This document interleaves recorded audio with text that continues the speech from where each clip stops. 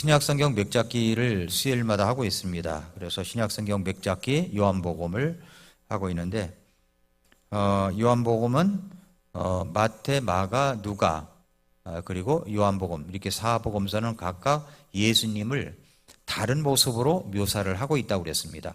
그래서 마태복음은 왕으로 오신 예수 그리스도, 마가복음은 종으로 오신 예수 그리스도, 그리고 누가복음은 사람의 아들로 오신 예수 그리스도, 그리고 요한복음은 하나님의 아들로 오신 예수 그리스도, 이렇게 이야기하고 있습니다. 그래서 오늘은 요한복음, 하나님의 아들로 오신 예수 그리스도에 대해서 말씀을 보겠습니다. 복음서는 성육신 하신 하나님의 생애, 하나님이 누구신지 그분의 마음을 알 수가 있습니다.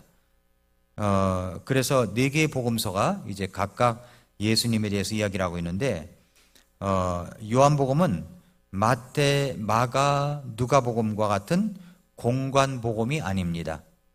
다시 말해서 공관복음이라고 하는 것은 마태, 마가, 누가를 이야기하는데 이거는 역사적인 사건을 기록한 책들입니다. 역사적인 사건들.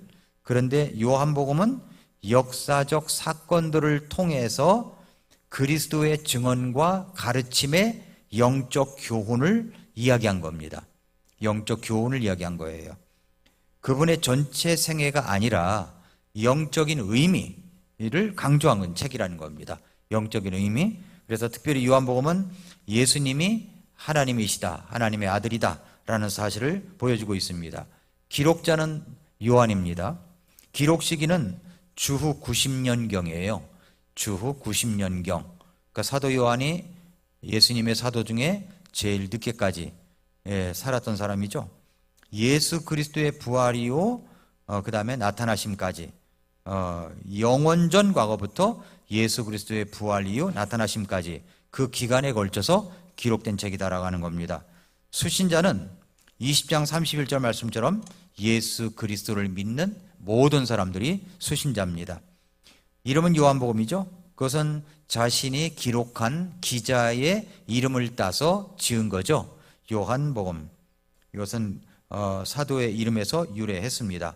요한이라는 말은 여호와는 은혜로우시다라는 뜻을 갖고 있습니다.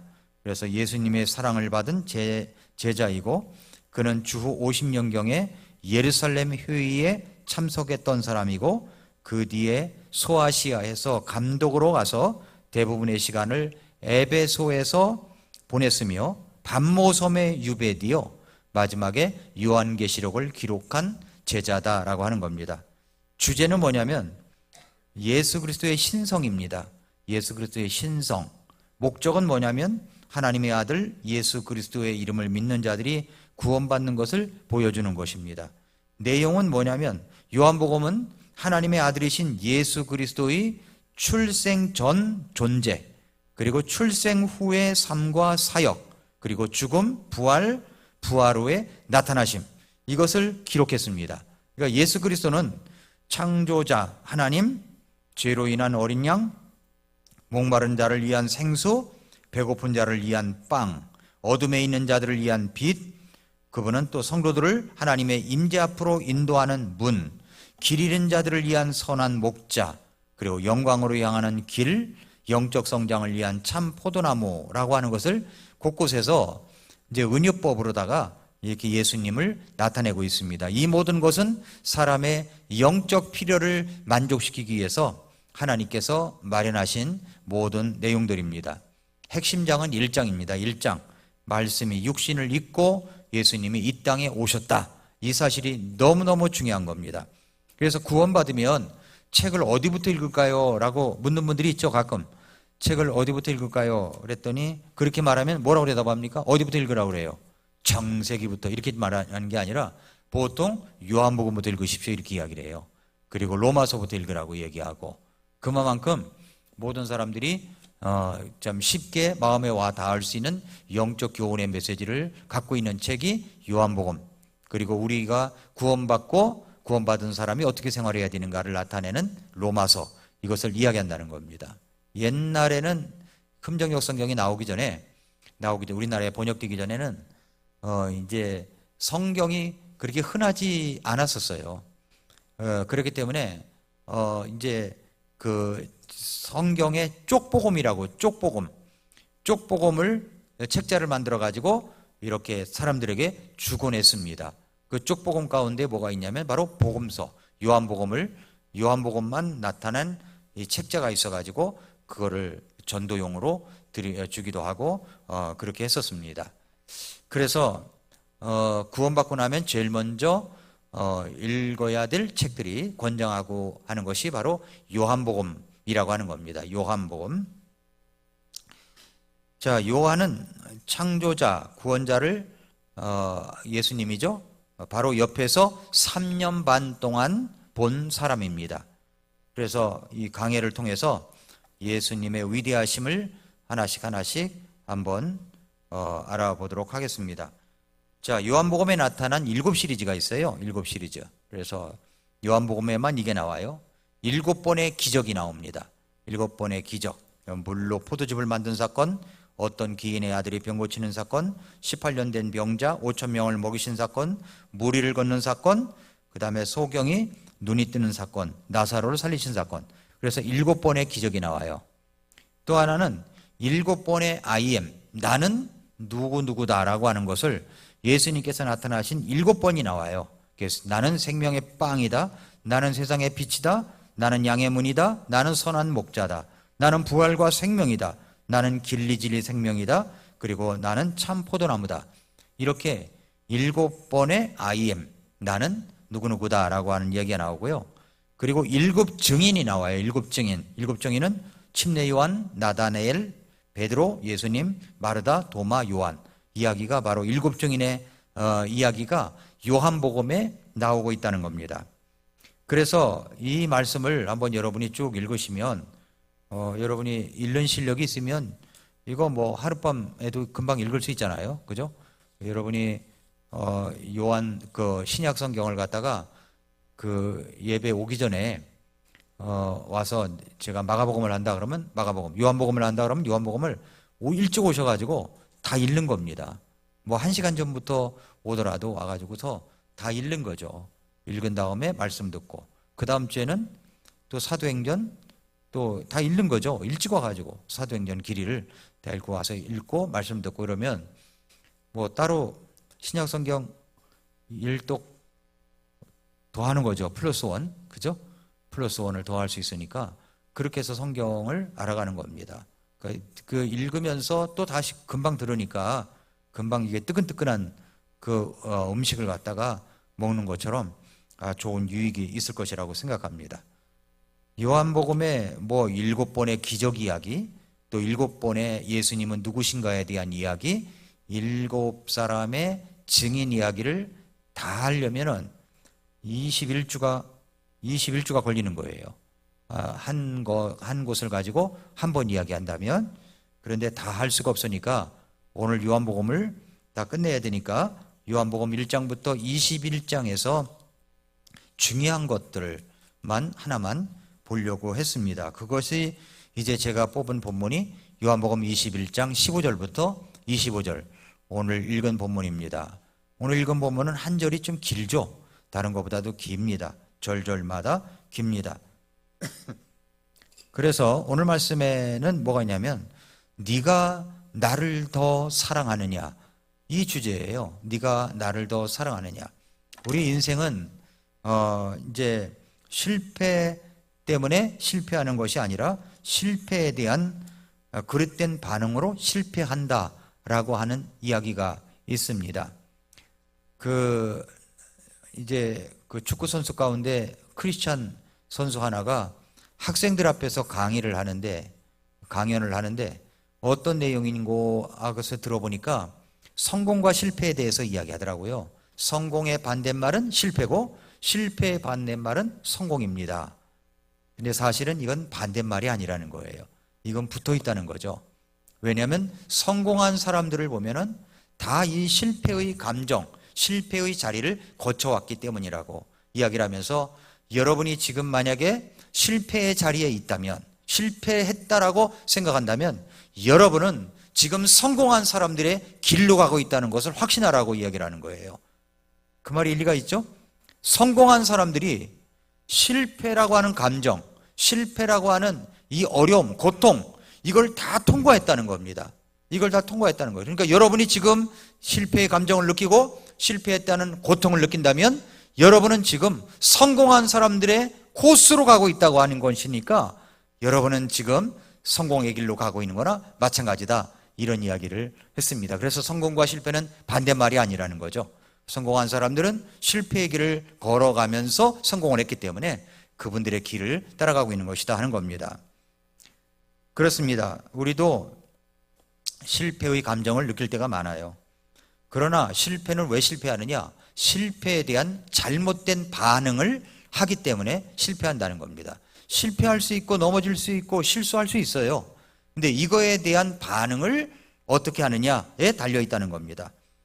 반면에 인생의 대부분의 성공은 실패를 디디고 일어섬으로 만들어지는 겁니다. 어린아이는 걷기까지 몇 번 넘어졌다 일어날까요? 보통 2000번 넘어졌다가 일어난다고 합니다. 2000번, 세보진 않았겠지만 보통 이걸 세고 앉아있는 사람이 있었던 것 같아요. 넘어졌다가 일어나는 거를 2000번 정도 한다는 겁니다. 중요한 것은 넘어졌다고 하는 것이 아니라 일어서는 겁니다. 일어서는 거예요. 그래서 오늘 요한복음 21장에 보면은 베드로가 실패의 현장에서 어떻게 일어서는가 하는 아주 정말 드라마틱한 이야기를 여기서 하고 있기 때문에 제가 오늘 이 말씀을 오늘의 본문으로 뽑았습니다. 먼저 첫째로 실패했을지라도 주님은 여전히 변치 않는 사랑을 확인해 주시고 있는 것을 볼 수가 있습니다. 자, 여기 제자들이 고기나 잡으러 가자 해가지고 이제 고기 잡으러 갔죠. 그리고 나서 이제 밤새도록 고기를 잡았지만 고기를 잡지 못했습니다. 그런데 어떤 분이 갑자기 새벽녘에 나타나서 너희들이 고기가 좀 있느냐? 없습니다. 그러니까 배 오른편에 그물을 던져봐라. 그래서 배 오른편에 그물을 던졌더니 이것을 당길 수 없을 정도로 고기를 엄청나게 많이 잡아서 동무들의 친구들의 도움을 받아가지고 건져 올렸습니다. 그래서 그걸 나중에 세보니까 153마리라고 하는 겁니다. 153마리. 그런데 누군가 제자 중에 한 사람이 예수님이시다, 주시다 라고 하는 말을 듣고 베드로가 뛰어내려가서 예수님께 달려가는 모습이 오늘 요한복음 21장에 기록되어 있죠. 그런데 예수님께서 기다리고 계셨습니다. 어떻게 기다리고 계셨어요? 이제 새벽녘이니까 추울 테니까 숯불을 피워놓고 그 다음에 거기에 생선을 굽고 그렇게 해서 이제 제자들을 오라고 한 겁니다. 그런데 예수님이 숯불가로 인도를 하셔요. 숯불가로. 예수님이 왜 숯불을 피워놓으셨을까요? 물론 따뜻하라고 해놓으셨겠지만 의도적으로 예수님은 숯불이라고 하는 것을 갖다가 이 제자들, 특별히 베드로에게 각인시켜주고 있다는 겁니다. 왜 그렇습니까? 베드로가 예수님을, 나는 예수님을 모른다고 3번 부인했던 장소가 바로 숯불가라는 겁니다. 숯불가. 여러분, 우리는 어떤 고통스러운 장소나 어려웠던 장소를 잊지 못하고 있죠.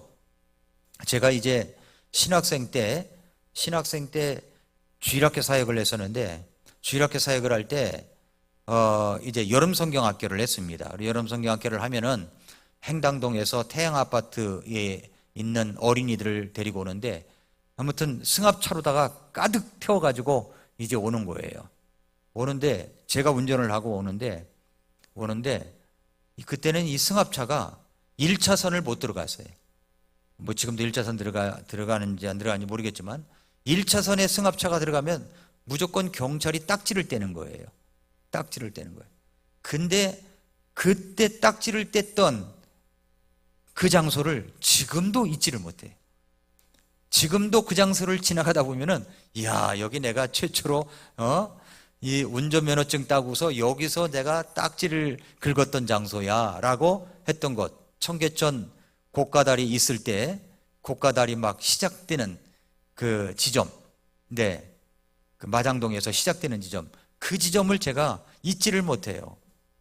사람은요, 고통스러운 장소, 정말 기억하기 싫은 장소, 충격을 받았던 장소, 경찰한테 스티커를 처음으로 이게 발부받았으니까 이게 얼마나 심각한 충격이었겠습니까? 내가 경찰한테 걸렸다니 뒤에서는 아이들이 타고 있고 말이죠. 선생님도 있고. 그런데 이게 얼마나 창피스러운 일이에요. 그런데 제가 어쩔 줄 몰라 하고 있으니까 노련한 저보다 나이가 있는 선생님이 내려가서 해결하고 올라오더라고요. 어떻게 해결하는지 모르지만 해결하고 하여튼 올라왔어요. 그때 그렇게 그 장소를 잊지를 못해요. 여러분, 베드로가 잊지 못하는 장소가 있다면 바로 숯불가였습니다. 숯불가를 일부러 피하지 않았을까요? 일부러 도망을 갔을 거라고 생각이 됩니다. 아마도 너무너무 추워도 숯불을 피워놓고 오라고 해도 아마 가지 않았을 것이라고 생각합니다.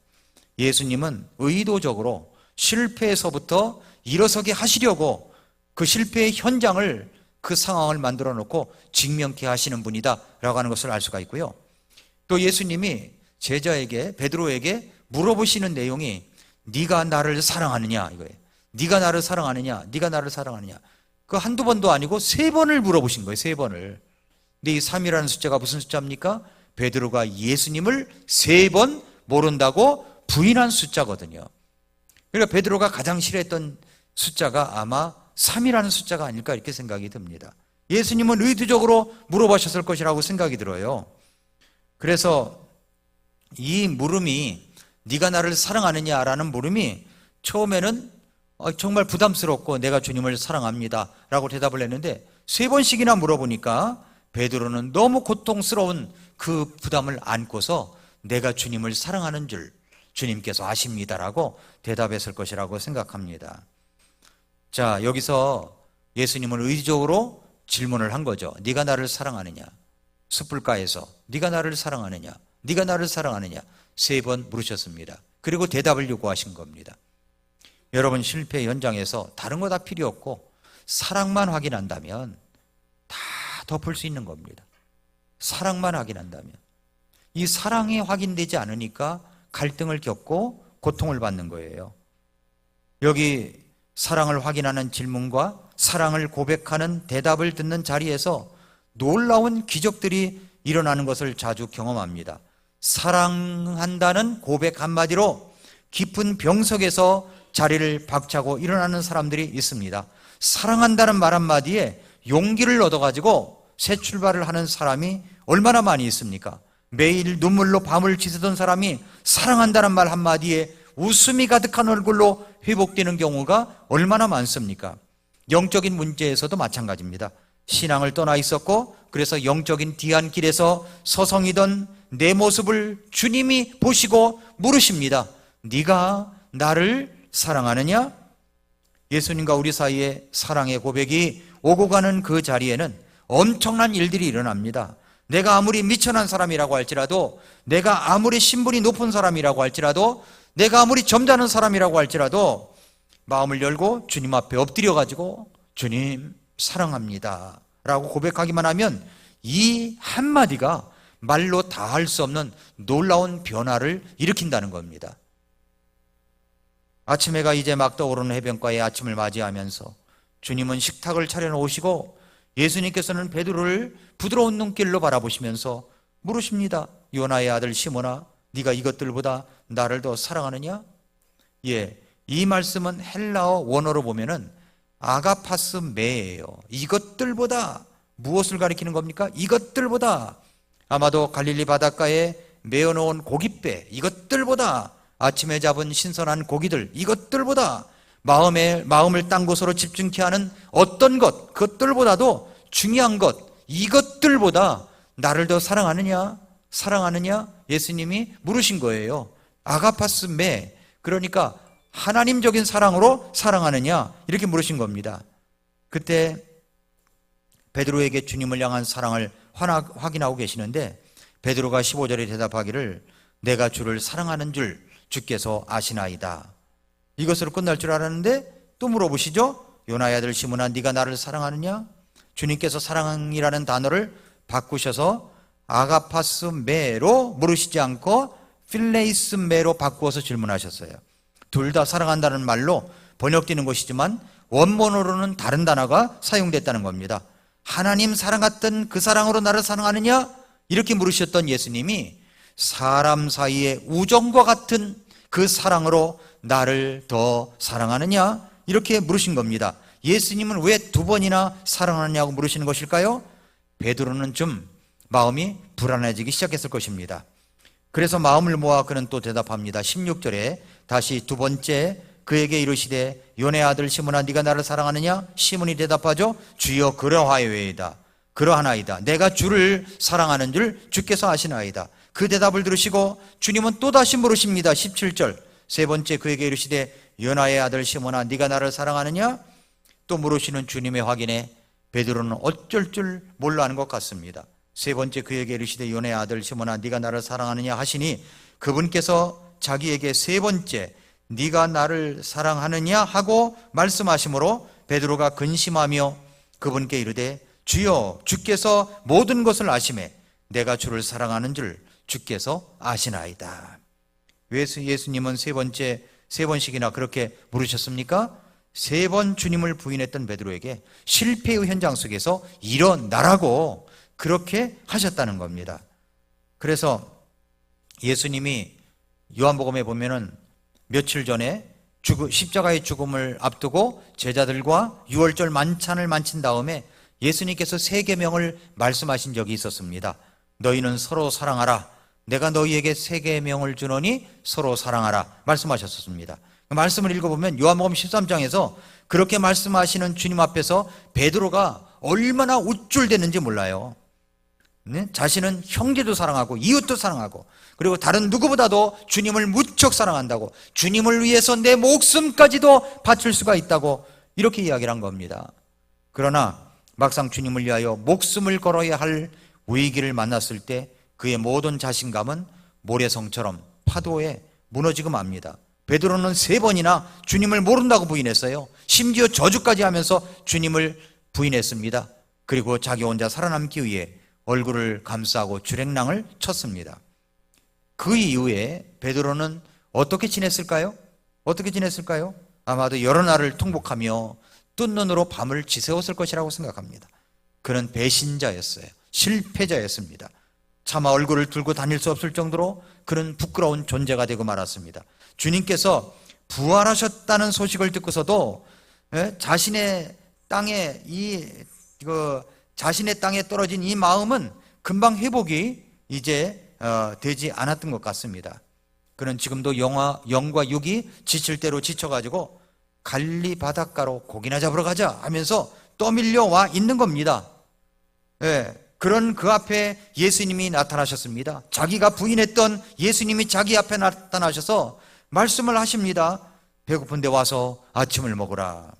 그리고 생선을 구워서 그리고 베드로와 제자들에게 먹을 것을 주십니다. 차라리 자기를 만나자마자 이 못된 놈 같으니라고 호통을 치셨다면 좋았을 것 같습니다. 그는 밤새 고기를 잡느라 충혈된 눈을 가지고 아침도 먹는 둥 마는 둥 하면서 고개를 떨군 채 서 있습니다. 숯불가에 서 있습니다. 그런데 예수님이 세 번 물으신 겁니다. 네가 나를 사랑하느냐? 그때 베드로는 분명 병자인 겁니다. 영적인 병자였던 거예요. 믿음도 자신감도 긍지도 용기도 다 구멍 나버렸습니다.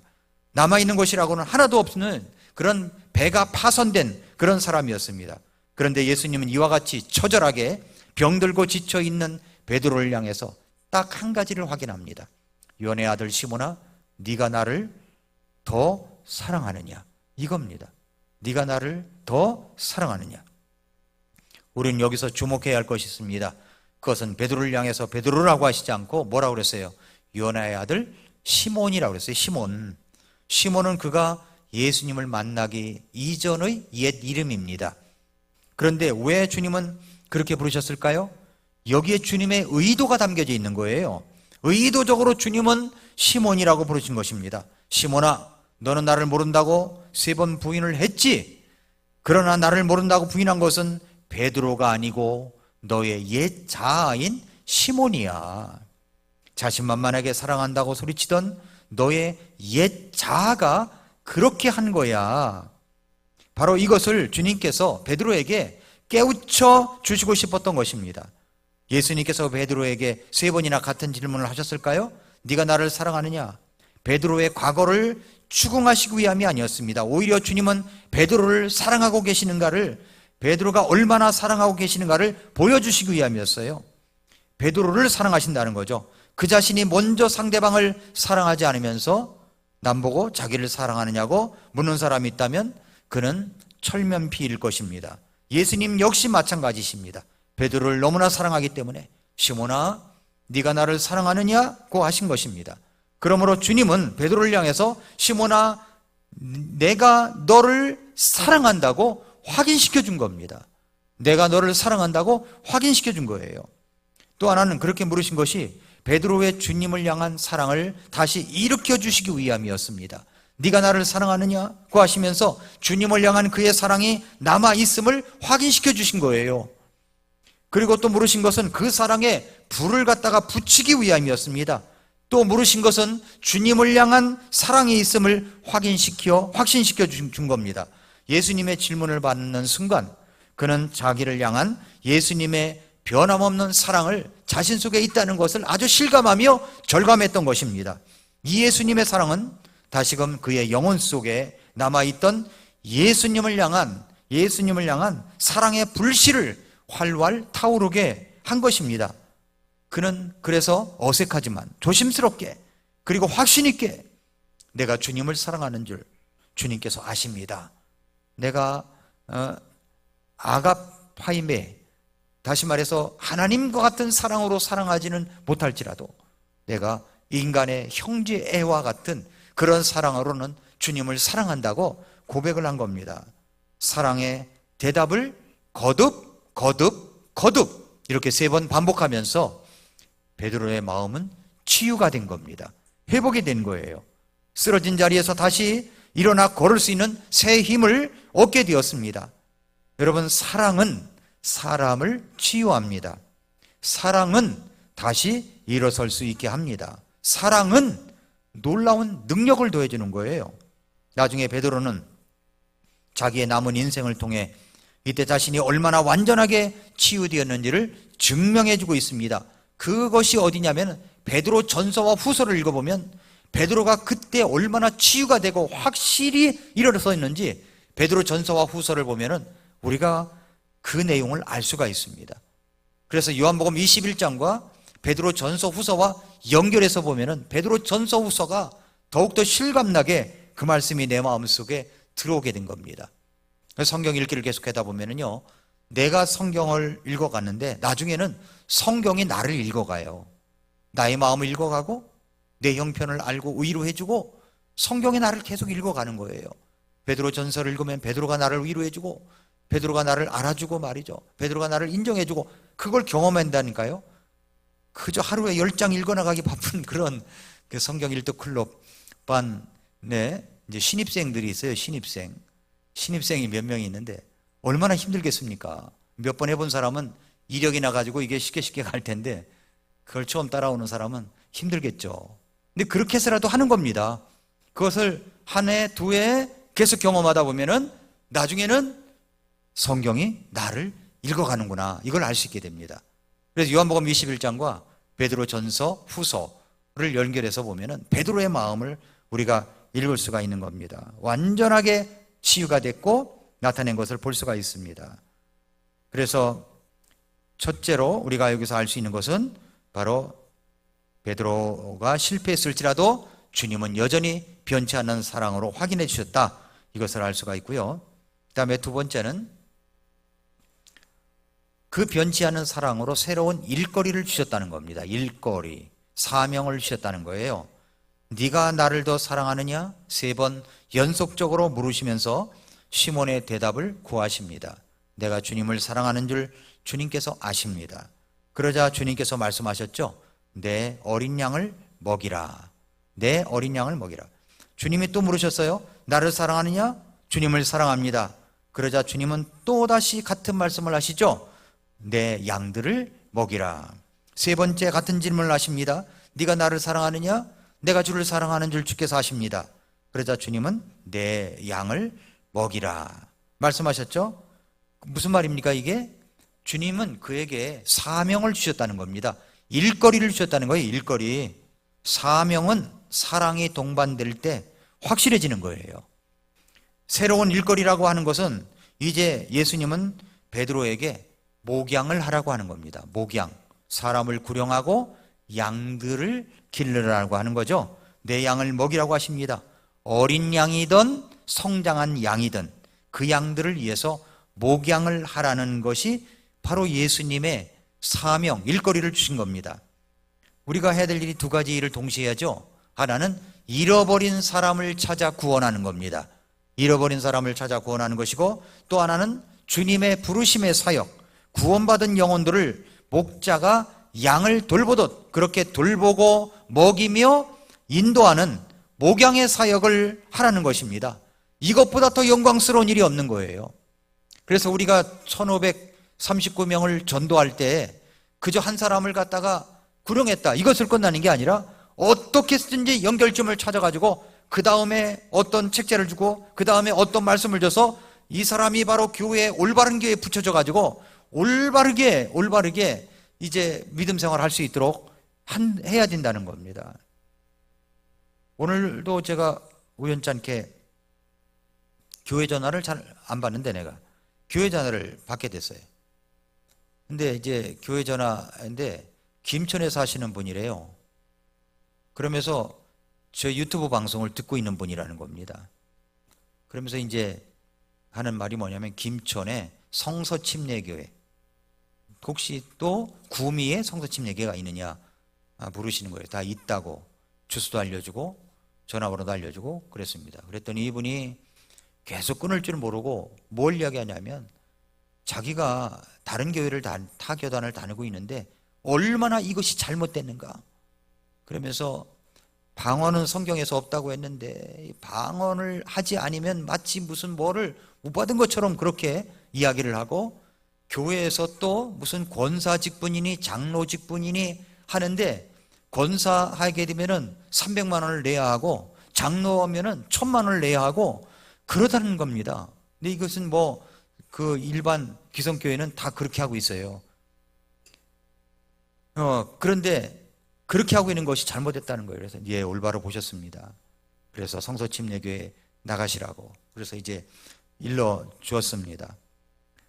근데 우리가 구령을 하고 목양을 해야 되는데, 양들을 돌봐야 되는데, 이렇게 올바른 교회를 찾고 있는 사람들이 많이 있습니다.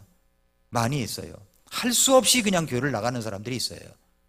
그래서 우리는 우리의 자부심을 갖고 전도지를 갖고 사람들에게 전해주고, 우리 교회 한번 와봐라, 말씀 들어봐라, 와서 몇 번 들어보고 아니면 가는 거고, 아니면 가는 거고, 와서 정말 새로운 사람이 왔을 때 모든 분들이 새로운 얼굴만 눈에 띄었다 하면 목자들은 물론이고 집사님들은 물론이고 모든 성도님들이 달려들어가지고 정말 잘 왔다고 손잡아주고 격려해주고 포옹도 해주고 말이죠.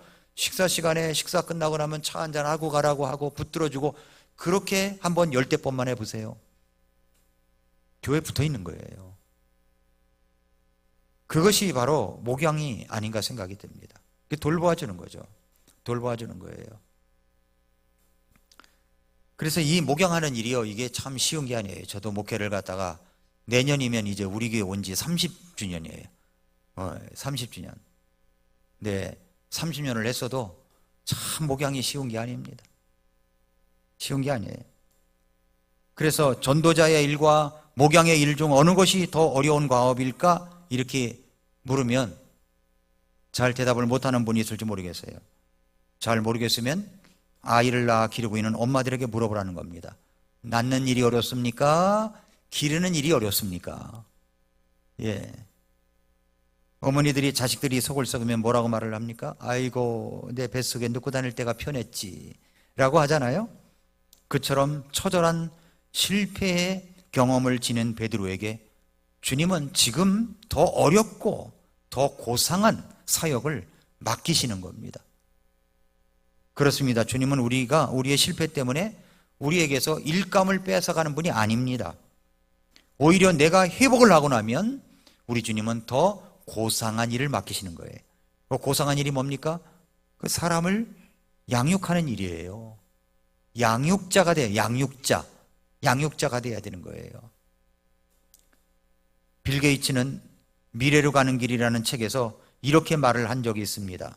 나는 내 기업을 경영하던 초기에는 성공의 가능성, 성공의 경험만으로 사람을 쓰고자 했지만 이제는 생각이 달라졌다. 난 되도록 실패의 경험을 가진 사람을 고용하고자 한다.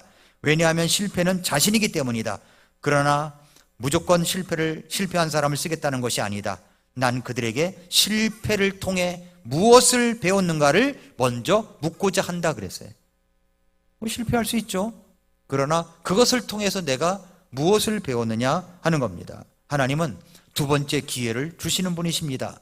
하나님은 자기 목숨을 위하여 자기 아내를 누이라고 2번이나 속였고 거짓말하였던 아브라함도 믿음의 조상이 되게 하셨습니다. 하나님은 형님을 속이고 장자권을 부당하게 가로챈 야곱에게도 다시 기회를 주셨습니다. 하나님은 타락한 삼손에게도 다시 기회를 주셨습니다. 하나님은 부하의 아내와 간음을 저지른 그 부하를 또 사지로 몰아넣은 다윗에게도 다시 기회를 주셨습니다. 하나님은 선교하라고 보내시는 것을 거부하고 반대의 길로 갔던 요나도 다시 기회를 주셨습니다. 하나님은 믿는 그리스도인들을 박해하고 잡아가두고 또 죽는 것을 당연하다고 여겼던 사도 바울에게도 다시 기회를 주셨습니다. 사도 바울의 1차 선교여행 대열에서 도중에 돌아가 버린 마가 요한도 다시 기회를 주셨습니다. 지금도 수많은 그리스도인들이 때로는 주님의 길을 이탈하여 자신이 원하는 길로 가지만 그래도 주님은 다시 찾아오셔서 사랑을 확인해 주시고 다시금 기회를 주시는 분이라는 겁니다. 그리고 고상한 일을 맡기시는 분이십니다. 이제 마지막입니다. 마지막으로는 그 사명을 이루기 위하여 주님은 계속 예수님을 따를 것을 명령하셨습니다. 베드로는 주님께 말씀을 받았으면서도 다른 제자가 궁금했어요. 쟤는 어떻게 되겠습니까? 라고 물어보는 거죠. 그 사람이 누구였어요? 요한이었죠. 요한이 자기 얘기를 마지막에 쓴 거예요. 그러면서 20절 보세요. 21절. 그때 베드로가 돌아서서 예수님께서 사랑하신 그 제자가 따르는 것을 보았는데, 그 자기 자신 이야기 쓴 거예요. 요한이 그는 또한 만찬 자리에서 그분의 가슴에 기대어 주여 주를 배반하여 넘겨주는 자가 누구니까 하고 말한 자더라. 베드로가 이제 그를 보고 예수님, 이 사람은 무엇을 아리이까? 어떻게 되겠냐고 묻는 겁니다. 그러니까 예수님께서 내가 올 때까지 이 사람을 머물게 둘지라도 네가 그와 무슨 상관이 있느냐 말씀하셨죠? 그러면서 말씀하시기를 너는 나를 따르라. 다른 사람 어떠하든지 너는 나를 따르라는 겁니다. 내가 주님의 일을 하려고 하다 보니까 안 하는 사람들이 눈에 띄는 거예요. 놀고 있는 사람들, 그저 간망만 하고 있는 사람들, 교회 나온 지 오래됐다고 하고 또 교회 직분까지 있는데 그 사람은 일을 안 하고 있단 말이죠. 난 열심히 하고 있는데 그 사람이 보는 거예요. 그래서 저 사람은 어떻게 되겠느냐 그랬더니 너는 그건 내가 알아서 할 테니까 너는 나를 따라오라 이거예요. 너는 나만을 따라오라는 겁니다. 사실 베드로의 문제는 자만심이었죠. 교만했고요. 준비되지 않았는데도 앞서 나가가지고 말부터 시작한 사람이었습니다. 그러나 이제 실패를 통해서 교훈을 배워가지고 베드로에게 주님의 메시지가 이제 너는 나를 따르라고 말씀하십니다. 너는 나를 따르라. 그러므로 이제는 네 자신을 의지하는 것이 아니라 내 말대로 나를 따르라고 말씀을 하십니다. 톨스토이는 3가지 질문이라는 글에서 이렇게 물었습니다. 3가지 가장 중요한 인생의 질문을 이렇게 말합니다. 세상에서 가장 중요한 때는 언제인가? 세상에서 가장 중요한 사람은 누구인가? 세상에서 가장 중요한 일은 무엇인가? 이 대답을 오늘 본문에서 베드로를 향한 주님의 말씀과 다르지 않습니다. 세상에서 가장 중요한 때는 바로 지금입니다. 지금. 그렇죠? 세상에서 가장 중요한 사람은 바로 지금 내가 만나고 있는 사람입니다. 세상에서 가장 중요한 일은 지금 만나고 있는 그 사람을 구령하고 사랑하는 일입니다. 다시 한번 요한복음을 통하여 다시의 기회를 주셨다고 그랬죠. 요한복음 21장까지 기록된 게 20장으로 끝날 수도 있는데 21장의 기회를 주신 거잖아요. 20장 31절이 그 성경의 엔딩 구절 같아요. 엔딩 구절 한번 볼까요? 요한복음 20장 31절 봐보십시오. 20장 31절 30절까지 이 책을 기록한 목적이 나오죠. 진실로 예수님께서 자기 제자들 앞에서 이 책에 기록되지 않은 많은 다른 표적들도 많이 행하셨으나 이것들을 내가 기록함은 예수님께서 하나님의 아들 그리스도이심을 너희가 믿게 하려 하며 또 믿고 그분의 이름을 통해 생명을 얻게 하려 함이니라. 엔딩 구절 아닙니까, 이 구절이? 그런데도 21장에 실패한 베드로에게 찾아오셔서 그것을 다시 일으키는 스토리를 들려주신 것은 오늘날 우리들에게도 다시 또 한 번의 기회를 주시는 하나님의 사랑이 여기에 있는 겁니다. 그래서 엔딩 구절을 또 하나 만들잖아요. 21장 25절입니까? 25절.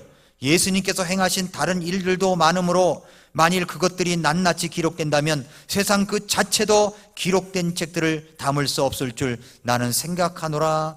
아멘. 이라고 했습니다. 그렇죠? 이런 스토리가 이야기하다 보면은요, 끝도 없이 많다는 거예요.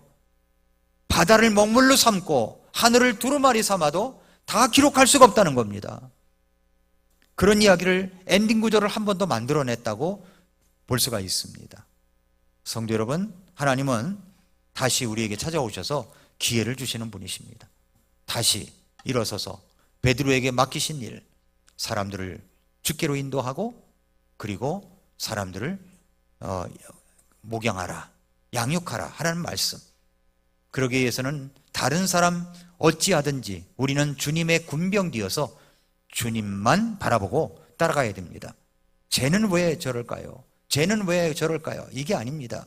그저 너는 나를 따르라 말씀하신 그 주님 앞에 주님을 따라가는 우리 성도 여러분들, 저와 여러분들이 될 수 있기를 축복합니다. 기도하겠습니다.